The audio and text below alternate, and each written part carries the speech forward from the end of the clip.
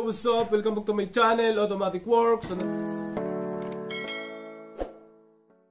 Good morning mga sir. May customer tayong Kia Picanto 2014 automatic transmission. Ayan o. Kakaon lang ng susi.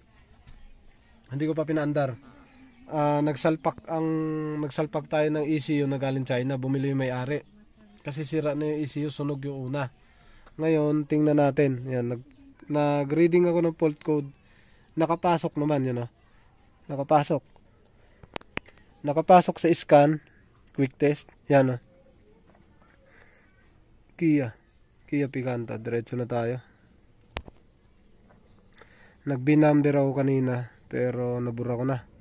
Hanapin natin Picanto back, Picanto, yan Picanto 14 1.0 gas. Ito, 1.0 AO4 next, yan quick test.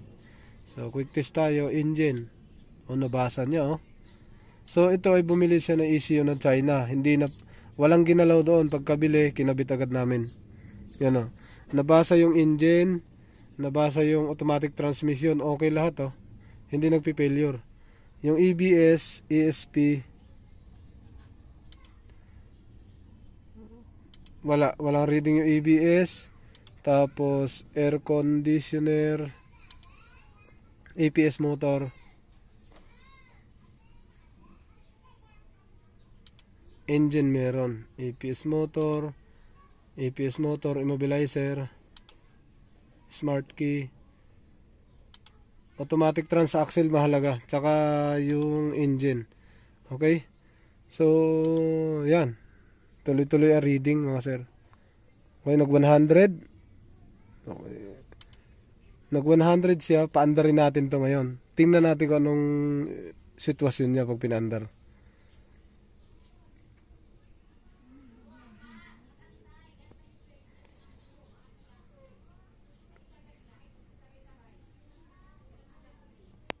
Yan na. Tingnan lang natin kung may trouble code.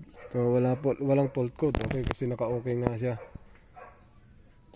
Data list, tingnan natin yung data list kung may nabasa siya. Meron naman. Naka-off, naka-on, may mga reading naman siya. May mga reading. Tingnan natin yung cylinder kung ilan. 1, 2, 3, 4. Cylinder 1, 2, 3, 4. Ayan 1, 2, 3, 4, 1, 2, 3, 4. Trek, bilangin mo ilan ang coil dyan. 1, 2, 3, 4. 4. AO4 1.2 pala to pagka ganito. Sa transmission, okay, may reading siya dito. Sa transmission naman, tingnan natin. Sa transmission, tingnan natin kung may reading. So automatic yan mga sir. Tingnan natin data list. Yan. Sa data list, yan lang ang reading niya mga sir. Vehicle speed, throttle, input speed, output speed, oil temperature, gear ratio, main relay, wala na. Dito bagsak lahat ng reading. Main relay 0 volts, dapat naka-on na yan sa transmission. Pag hindi naka-on, maaari tingin ko hindi andar or hindi gagana yung transmission. Sa shift lever niya, dapat naka-park yan. Park neutral, lipat natin, reverse. Wala, hindi nag-indicate. Dito meron. Yan Sa dashboard meron, pero sa ECU, wala Shift lever, walang laman. Tsaka kulang sa detalye. Dapat puno. Mga 3 scroll. Kasi babasahin dito yung mga solenoid valve. Dito hindi binasa. Walang solenoid valves. So ito bagong bili, pinakabit ka agad. So yun ang tiningnan natin na reading. Paandarin natin. Ayan. Okay, andar, apak preno, start. Ayun, malamig. Walang umandar. Ayan wala. Ayun, hindi umandar mga sir. Ulitin natin. Start. Naka-open ang check engine Ayan Open ang check engine, battery. Check engine, battery, temperature. So, tendency andar. Namatay ang temperature. Dapat hindi mamatayan. Tapos yung battery. Pag start siya mamatay. Start natin. Wala. So, no click, no crank, no start. So, walang fault code. So, ibig sabihin, hindi pwede yung ECU ng Lazada. O ewan ko kung saan nabili. So galing pa ibang bansa eh. Pero may galing ibang bansa. Yun yung ECU. Yun. Tanggalin natin. Hindi gumana. Yung ECU nyo. Yung stock. No, tanggalin natin. Wala. Yan mga sir. Ito yung stock ni ma'am. Kaso na nga putol yung laman sa loob. Yung pin tsaka dito may sunog. Yan yung ECU na original. So aandar naman siya kaso yung shifting lang wala. Namasunog na yung pin. Yung dugtong niyan sa ilalim. Tatlo. Matagal na to. So ganun talaga pagka matagal na nagamit. Hindi naayos. Yan yung nakakabit na ECU. So galing China o hindi ko alam kung saan manufacture. Walang nasunog. Yan. Ito yung ECU niya. As in, ano yun? Same na same. Oh, same na same. Lahat parehas yan. Pero wala tong laman. Kumbaga, walang program. Walang laman yung program ng transmission tsaka engine. Kung may immobilizer pa, nag-o-off pa to. Ito, may immobilizer, siyempre. Hindi gagana yun doon. Kung meron pa. Tingin ko, wala naman siguro. Pero walang laman. Hindi nag-communicate yung program. Pati yung binasahan natin yung transmission, wala. Balik mo yung track. Tingnan natin. Baka hindi rin umandar. Baka may problema yung starter. Saksak natin. So, awareness lang to. Pagka may bibili sa Lazada, so huwag kayong basta-basta bumili. So hindi siya gagana. Hindi ko lang alam sa ibang model. Mga Hyundai, mga Accent, hindi ko lang alam. Hindi ko sure. Pero yan, hindi siya gumana. Sa Picanto.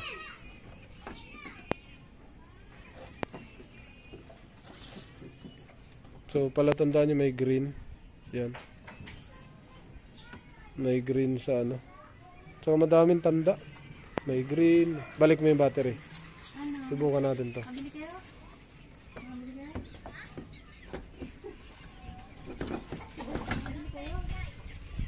Paano na yan dyan Tandarin ko. Kabit muna.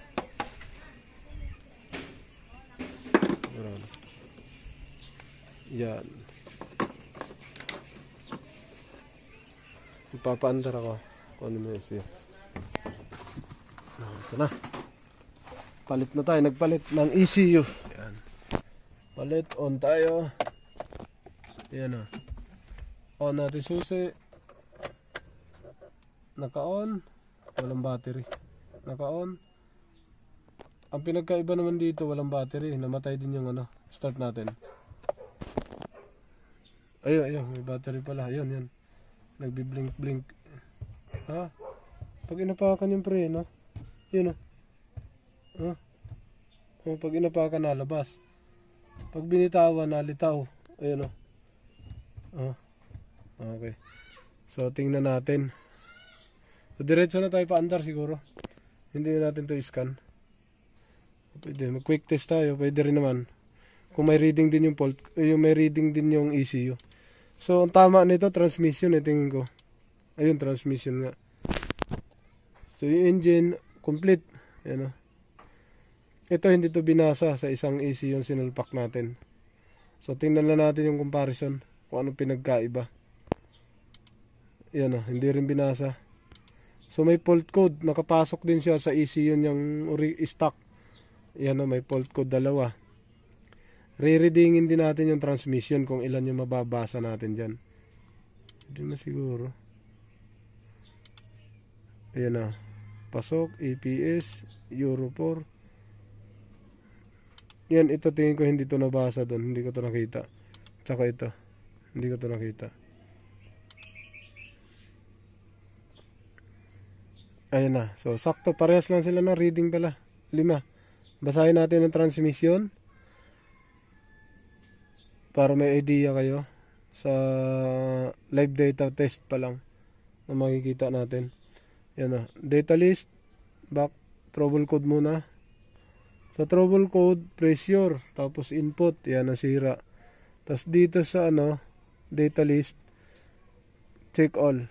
Yan Sa data list, yan yung reading niya. Madami. hanggang, ayan o, tatlong ganun pa ako. Ayan o. Hanggang dito may mga solenoid reading. Ang sa kanya hanggang relay lang. Hanggang shift lever lang siya hanggang dito. Yung main relay o, pagka on pa lang may relay na. May voltahe na 1.8. Ayan o. So naka-park. O, meron na siya kaagad. Nabasa agad siya o. Park, hanggang dyan lang yung reading ng isa. Ayan o, park, reverse, neutral, drive. Yun, may reading lahat. So, okay. So, yun ang ECU na China. So, pa-startin natin. Baka sira lang yung starter. Yun, one click, umandar. Yun, umandar siya. One click dito. Tsaka dito, walang reading, naka-stack up lang. Yun, walang input. Yun. So, yun ang detalye niya. So, ibig sabihin, hindi pwede talaga yung China. Okay? Tapos, pag ni-reverse na to, alog na to kasi sira yung ECU. Sunog na sunog. Sunog na sunog yung transmission section. Pero kung hindi sunog na sunog yun, kung makina naman ang nasunog sa engine section, hindi na rin to andar. Okay mga sir, hindi pwede yung China. What's up? Welcome back to my channel, Automatic Works. So,